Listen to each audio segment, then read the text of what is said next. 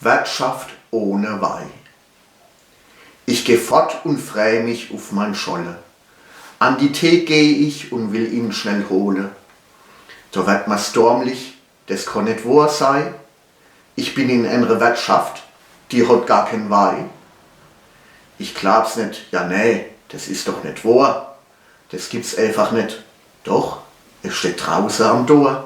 Herzlich willkommen, kommen Sie rein. Aber in unserer Wirtschaft führen wir kein Weih. Eine Wirtschaft ohne Weih? Ja, gibt's das dann? Das ist unmöglich, dass man das überhaupt kann. Da geht doch kein normaler Mensch normal nein. Da hier in eine Wirtschaft ohne Weih. Die verzichten auf jegliches alkoholische Getränk. Das ist doch schlimm. Da kriegt man ja die Kränk. Da bist du glücklich, da fühlst dich ja frei. Du waschst dich, weil die Wirtschaft, die hat kein Weih. Du bettelst, du bittst, du bäschst, du schreist.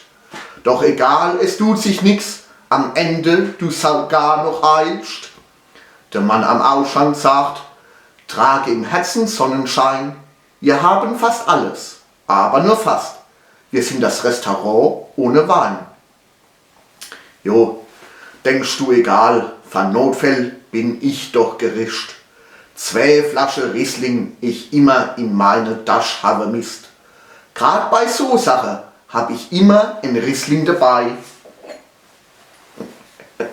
Da gibt's kein Sores in einer Wirtschaft ohne Weih.